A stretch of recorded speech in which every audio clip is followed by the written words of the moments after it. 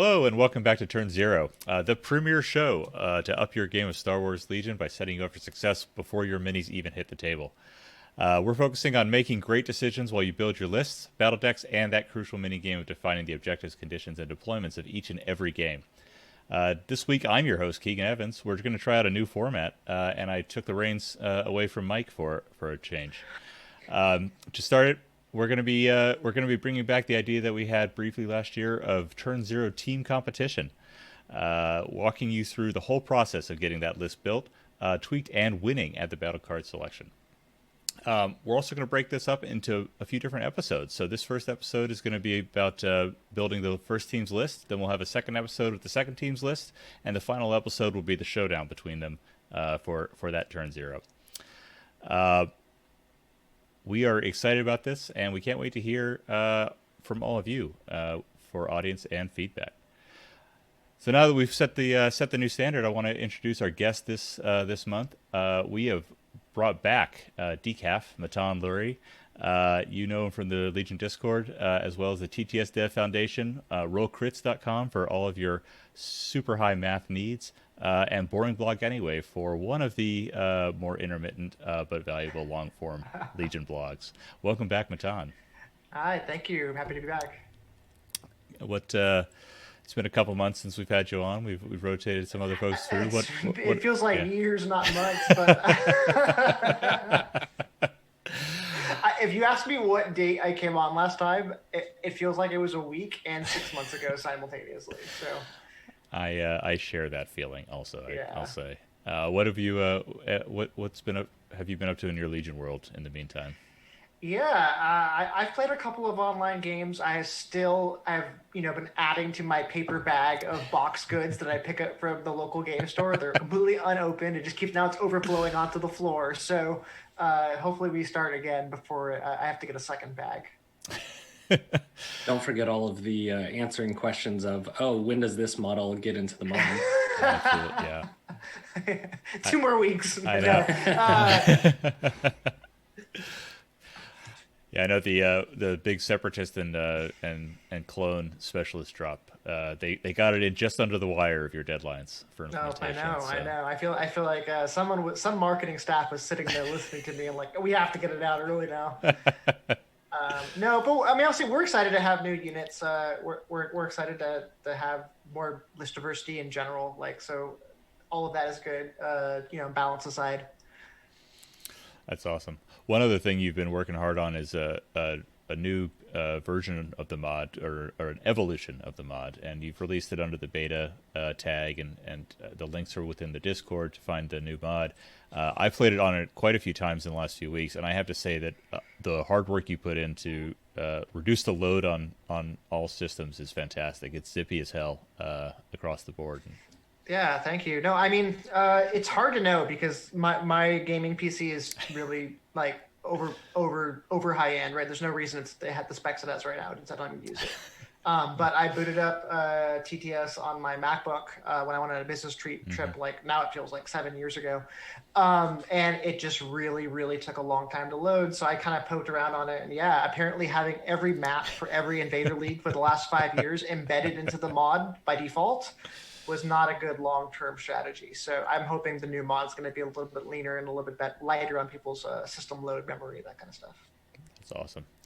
So far, so good in my experience, like I said, and I also, as a Jin and Pathfinder player, appreciate the suppression button on the activation tokens. Now, you know what? I was trying to figure out because I really wanted to add the surge token, and I was like, okay, it's uneven now, right? There's 4 on one side and 3 on the other. So what would Keegan want on the right side? We already have wound tokens. We don't need those. So suppression tokens seemed like the next best thing. No, minor complaint with that. I have muscle memory to click the second from the bottom for move, and I keep on clicking attack, and it just keeps on popping up with those range bands when the move button is supposed to be right there. I can't fix that problem. That doesn't. Electric therapy, here we come.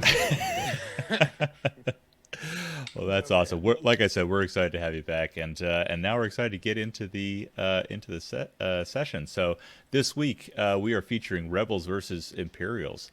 Representing the Imperials is going to be Matan and Mike, and the Rebels are going to be piloted by Josh and Nick. For at this point, we're going to jump into list building, and so we're going to put that comms jammer on Josh and Nick, and be right back with the Imperial list building. The presenting sponsor of Turn Zero is 6UP Supply. 6UP makes gaming products that bring a deeper sense of immersion to your tabletop. From premium mine tokens to silhouettes to turn counters, check them out at 6UP Supply or Etsy to be among the first to get their latest product, illuminated supply crates. Now back to the show. All right. We are back with Matan and Mike, and we're going to get into some Imperial list building. We asked these two to come up with a baseline concept ahead of time, just so that you all don't have to watch us stare at a Tabletop Admiral screen for 45 minutes. So, Matan, what have you guys brought us? Well, it might be surprising to listeners, but there are other factions other than Separatists and Republics. So we're going to be talking about Empire List. Specifically, I know both me and Mike really like playing with Imperial armor. They both got point drops. There's some interesting rule changes. So the only bit, I'm going to be totally honest, the only bit really me and Mike talked about before this was that we decided we were going to have a tank. So that's going to be the starting point, and we're going to go from there. Very cool.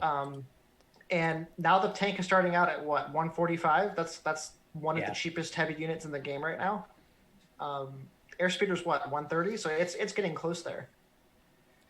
Still doesn't have the surge crit part, but at least you've got the extra health in the armor, so that's cool. Yeah, for sure. So you have red defense die. I'm gonna stick up for my airspeeder a little bit here. So normally the way I build armor lists, because they're expensive units, they usually want some sort of support, especially these expensive red dice units, is the first thing I do is I decide the configuration for the tank or for the heavy, right? Because this is not a unit where you can kind of just stick it in the end and see where the points lie. If it's not built the way you want, it's not necessarily going to do what you want. So the way I always traditionally build it is obviously the Hammer Elites Pilot, which gives 10 points for surge hit. And then you have two choices for weapons. In my head, the DLT should be cheaper than the RTC because it's less dice, but it's not. So let's just skip that for now. And I'm just going to muscle memory press the RT button. And then finally, you have a comms upgrade. I don't think, strictly speaking, you need this. It really does depend on your list. That being said, if you're giving an order to your tank even 3 turns out of the game, so you're doing kind of a tank-focused list, it's really hard to beat link targeting array for that free aim, right? Because what that means is now you can aim, fire, move. You can aim, move, fire. You can do all these. You can stay still and double aim and fire. Yeah. It really gives you a lot more mobility options in the game for this giant tank. And Mike, I don't know about you, but sometimes the tank can't see over anything on the table and can't just stand and shoot. Yeah, it frequently has to move, especially when you get into these tables with a lot of our blocky 3D printed terrain. You can't see over buildings, and it can't jump over the buildings. There's no hover. So I definitely think we want the LTA on it just to give ourselves a little bit of flexibility. Yes, we've already got the surge coming in with the pilot, but 174 points for a surging tank that there's 8 dice to range for seems fine.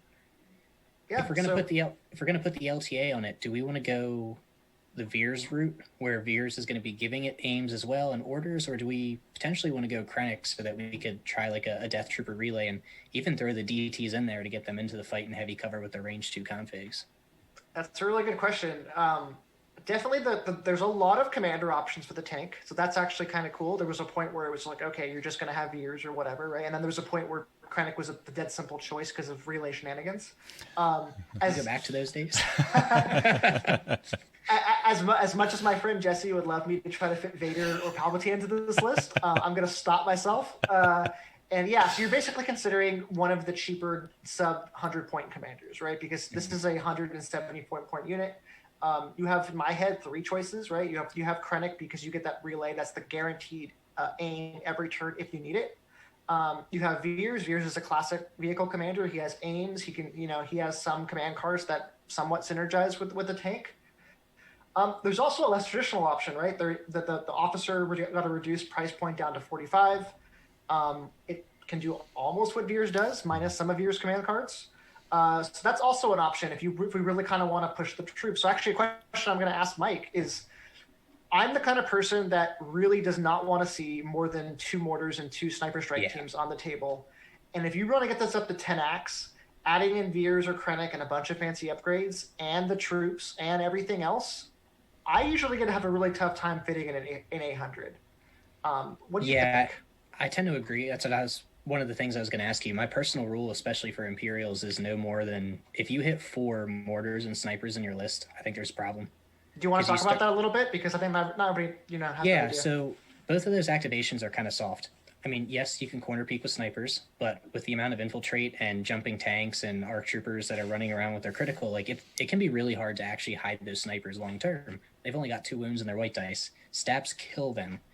Same thing kind of works with mortars. It's a single model, so it's hard to keep it in cover. It's only 3 wounds. It doesn't surge. Aggressive tactics got more expensive, and it's not pierce immune. And Imperials don't get dodges, so it dies really easily. So if you use these, activation patterns to get to 10, 11x, but then 2 of them die in the first turn, like you just gave your opponent 75 points and an activation advantage. So it doesn't work in the days where you used to be able to just kind of hide them and they were fine. Now they can be hit and they will die. I also feel additionally, especially with the Imperial armor lists, this is not a unit that's hiding and waiting till the end of the turn to activate. Often you're going first for this unit to try to hit something that hasn't moved yet. This is not a jumpy Luke or Sabine where having a bunch of units standing behind hills taking dodge and standby actions is really going to help you. You need all of your units to do something because your tank's going to activate and move and that's it. Yeah, so how about let's start with a core skeleton of like a short trooper, the T-21, a single mortar, and then 2 RTCs. That sounds good to me. And kind of build out from there. All right, so that what does that leave us at right now? What does our list say?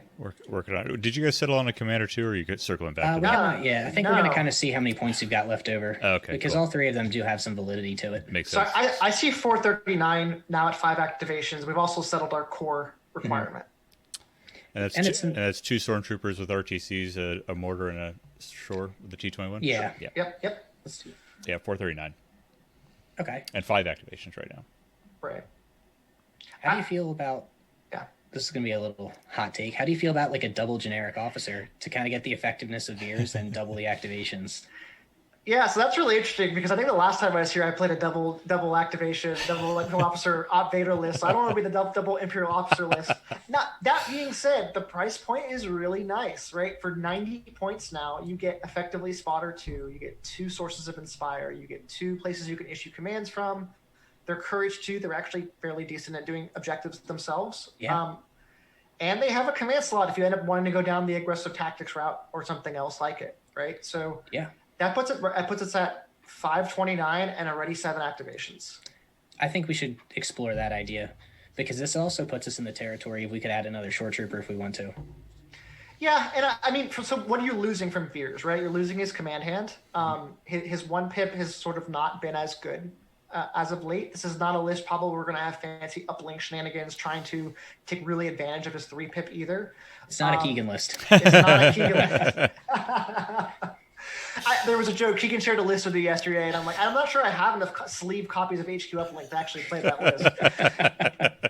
So, all right. So that puts us at a comfortable 529. How do we want to expand from there? Because right now we've met all of our requirements. We could play this list. This is almost a valid skirmish list. It's pretty close. Actually, that's not bad at all. You could just drop an RTC and Yep. the comms relay, and you're there. Yeah. Or Yeah. LTA, and that's valid. Yep. So we definitely want to get to 10. We do need some Pierce. I mean, we probably want to look at 2 snipers, right? Yeah, I'm hesitant again for the same reason we talked before about adding 3 snipers right off the bat. That used to be a really traditional choice, but that adds a lot of weak activations. We already have the weak officer activations too. I know they're a little bit different, but I'm really uncomfortable with 2 officers, a mortar, and 3 strike teams myself. Yeah. And now if we do the double strike, we're only at 625, so we've got 175 points left to fill out into our double digits. It's so funny because I'm looking at this list, and something like this was like so expensive you would never even play this before, right? So this is looking better. I personally would like to see a little bit more corpse. There is only 4 here. You're going to want at least 1 or 2 of them probably kind of pushing towards objectives. Now we have an option, of course. We could add another short trooper and another mortar. That would fit, but it would kind of have some weaker activations. We could also push on more stormtroopers. We could do something fancy with snow troopers and Gideon. I also want to put something in the tank, right? Because it has this awesome new keyword, transport open, that actually does something. What have you personally put in the tank that you found successful? I have put 1 thing in the tank so far. It's been an Officer Snow, and it's worked out okay. It was definitely targeted at the start of the game, but then the opponents stuck all their firepower into that, and I was able to get my shore troopers up. Have you experimented with the RTC and Imperial Specialist yet? I've experimented with 2 units. So the RTC, I've tried the HH12 with the Specialist, and it sounds so good in theory. Like I'm gonna have 8 dice with an aim token and precise and impact 3, and I don't have to move, so cumbersome doesn't come into play. But of course, if you take a single suppression token, the chance of you actually getting that recover attack aim off just goes down really quickly, especially without Veers. You don't have that free recover action. So I'm actually okay with throwing in an RTC Specialist and seeing we have 2 sources of Inspire. Let's try it. So let's add another one. And then let's throw a Snow Trooper in there for the tank shenanigan possibility, because I think that would be an 11th activation, and that's 6 pretty beefy core right there. Let's do it's it. the Specialist, right? Not the Captain. Yeah, the Specialist. Yeah, right. The Captain might make sense if we had, Iden or something without any sources of Inspire, but that seems like... So we're going to we said a Flame Snow, right? Or was it a Gideon Snow? I think we should do a Flame Snow. Especially, there's a huge CIS meta right now. So no, and listen, the tank basically having a built-in flamethrower, if you choose so, to run into B1s and flame things, that sounds fun. So that puts us at 771, 11 activations, which is pretty good for a heavy list. The 2 things that stands out right now is survivability, right? Because the tank has these giant weak point sides. There's things called ARC troopers that literally shred the sides of these things, but even commandos are pretty good at shredding them. It's a good chance that the tank might take early wounds. In my head, there's 2 ways to mitigate that, right? You can go with the aggressive tactics route and try to give it a surge token most rounds and kind of mitigate that way. We also have some points we could try to invest into 1 or 2 repair bots. What have you found more successful between the 2? So Pierce doesn't care about your surge tokens, so I think that the repair bot is probably the way to go with that. And if I'm sitting here looking at this could be 797 for a potential final. If we run 2 generic officers, short trooper with the mortar, the 2 RTCs, 1 RTC with a specialist. You could do 1 with an astromech, 1 with the regular RTC, and then the flame trooper with an officer, 2 snipers in our tank. Puts us at that 797 on the dot. I must have missed one of the numbers here. I've got... I see 780 for that same configuration. Do you have the officer on the flamer? No. Oh, no. That's what I missed. Yeah. Just to make sure that we do get the 2 courage, because that speed 1 is not a far reach.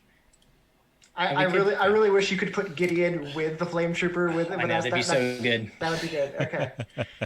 Though, going back to what you were saying, it might be worth actually dropping the specialist from that RTC to add the repair bot and then maybe a strict orders. Yeah, I mean, we're going to have a decent number of turns where we have some orders. Like we're going to have the coordinated fire turn, for example. I wrote a blog about this. I can't imagine playing an Empire list without coordinated fire unless you're running 3 naked stormtroopers. It's better than the specialist, right? It basically is giving all of your units a specialist for a turn. Not exactly. People are going to be mad at for that, but it's close. So that puts us at what, 799? 797. So what I have right now. 797. Mm-hmm. Okay, got it. Yeah. So I think, do we want to bid before we finalize this? And here's my concern here is if we're going up against rebels or droids, we're not going to win the bid because Empire just can't keep up with them to make an effective list. So do we go for something that's maybe like a 5-ish point bid so that we can beat the zeros and then maybe get some of the battle cards? Is there anything we're trying to avoid? Yeah, that's a good question. I don't think this list is going to be particularly terrible at anything. It has a lot of bodies on the board. It's not going to love doing something like bombing run, for example. It's also going to get bullied a bit on just naturally good things like hostages. Basically, the whole new Vital Asses deck is just bad for Empire.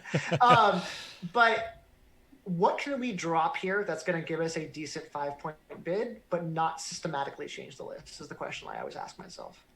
I don't think there's. We could drop an RTC down to a DLT and take 4 more points, and that puts us at 793.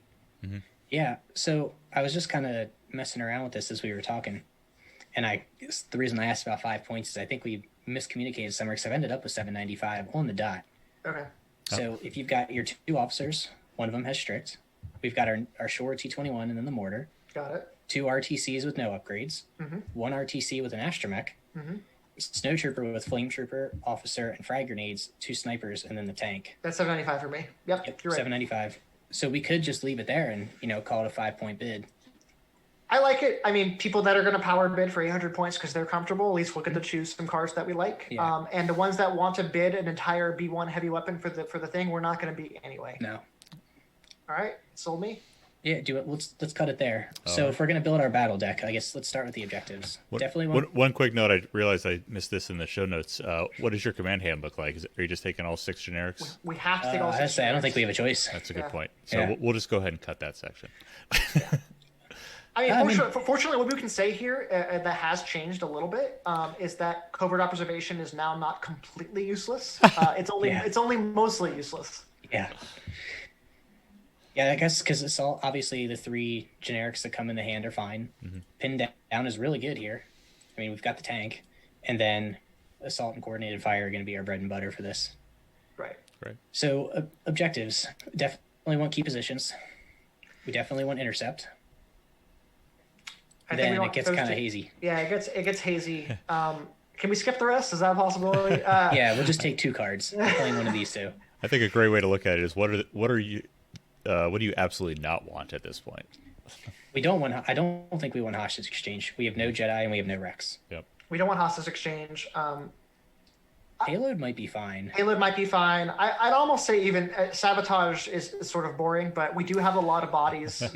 They do have red saves. Could If I'm taking this to a tournament, I'm probably going KP, intercept, sab, and payload. Frankly, because I think it gives me the most consistent chance to make a game out of it, and let me use my skill and my practice versus, well, I got this objective and I'm just fucked. and we know, by the way, that these triple speeder, triple tauntaun lists are taking bombing run and breakthrough anyway. Like, why do we have to give it to them in the hand, right? So it is what it is. Yep. All right, so I'm happy with the objectives. Key Okay. positions, intercept, sabotage, payload. Yep. Conditions are probably pretty easy as well. We definitely want clear because it's easy. It's easy. And now I'm blanking on all the names. Rapid minefield limited. Probably want rapid because it gives us the option to deploy the snows somewhere, and they have the officer, so they've got their courage too. Yep. Don't want limited viz, I would assume. No, it seems silly to give our tank 2 Yeah. rounds of not shooting. How do you feel about fortified positions? So that's a good question. We don't have a lot of units that can ignore it when moving over it, right? The tank obviously can. The snows don't really care. Slowing down stormtroopers can be a big bummer. That's a lot of our list. We also don't have a lot of things that are going to take advantage of fortified positions as much as necessarily other lists. But when I'm comparing it just apples to apples to the other options here, the things that stand out in my head is that War Weary actually might not be totally terrible in this list, only because we have the double officer and we have a lot of courage 2 units independent of that. And that's not necessarily the case for every other list right now. You sold me on that, so let's go War Weary for one of them. And then we have 3 sources of Inspire. I actually don't think Hostile Environment's that bad for us. No, I don't think so either. I think that the 1 suppression kept left over if we need it. Like, honestly, you can even use that to your advantage in some cases. We have strict orders. We can be like, oh, you know what? We're going to start the turn with cover, with that suppression cover. So I'm going to keep that. All right, let's go with those 4 then.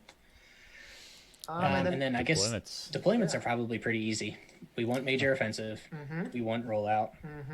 We want, I want advanced positions. I don't know how you feel about that one here. I like getting my gun line a little closer. I like it because you don't have to take all those recon intel bids to kind of maneuver up the map. I call advanced positions major offensive with choices. Okay. So let's take advanced positions. Hendon doesn't exist as far as I'm concerned. We don't have R2, so I'm not touching battle lines. And disarray for that matter, right? Yep. So it really comes. I mean, I don't love long march with a tank because sometimes table configurations make it very difficult to get down. But I'm going to assume that Keegan is a nice person and made it possible to actually leave the deployment zone. And I'm going to just plunk down long march for this particular list. Definitely. And that way it also forces engagements. Like, you can't flank with a staff. You can't flank with a speeder bike or a T-47. He has to move into your engagement range, or she. Right. And it's tougher to get weak point sighted right off the bat, like double crack shot or something like that, right? So it is a nicer thing to have. That makes a lot of sense. I will say that facing a tank list or an Imperial gunline list on Long March with most of the things that I bring is not a fun prospect for me. So that last point really drives home for me. All right. I think we have a list here for our Imperial team. Just running down the highlights again. We were basing around the tank. We got double officers. We got a hodgepodge of storms and snows and shores and pretty much every corps. I will I've got say this giant ass collection. I may as well use it actually looks like a very thematic Imperial army, I right? agree. You have these hordes Yeah. of stormtroopers. You have snowtroopers backing them up with an officer. It feels very Star Wars. To me. Yeah. And of course the ubiquitous snipers we saw throughout Star Wars, just two of them hanging out. Thank you both. This was a great list, coming in at like we said, $7.95 for that 5-point bid. Our 11-act Imperial list. Before we sign off for this episode, because this is the last, you're going to talk to our audience before we hit turn 0 in 2 weeks. You guys have anything to say to the other team? Good luck. No, I mean, listen. We know we're playing Rebels. We know that they have a lot of cheap sources these days of Pierce and Impact, even Impact at the shorter range with Wookiees now and lightsabers and stuff. So, if I'm hoping that they don't have a bunch of super jumpy units that are just going to ignore all of our line of sight most of the game, because this is not a list that's going to be happy once they start closing into that range 1 gap. We don't have force push. We don't have disengage.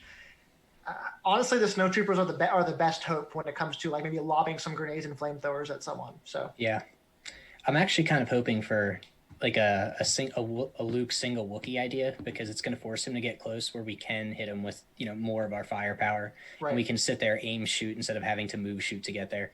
Obviously, we don't want Luke to get in, but we've got 11 activations, so we can make sure that he's going to get shot by something. right, and we have some big guns for that something. Awesome. Well, thank you both, and thank you to the audience for checking us out at Turn 0 again for this week in the new format. We'll be back next week with our Rebel list, and tune in again in 2 weeks to see how this Imperial team shows up when they have to put this on an actual map and do a battle deck. Thank you all.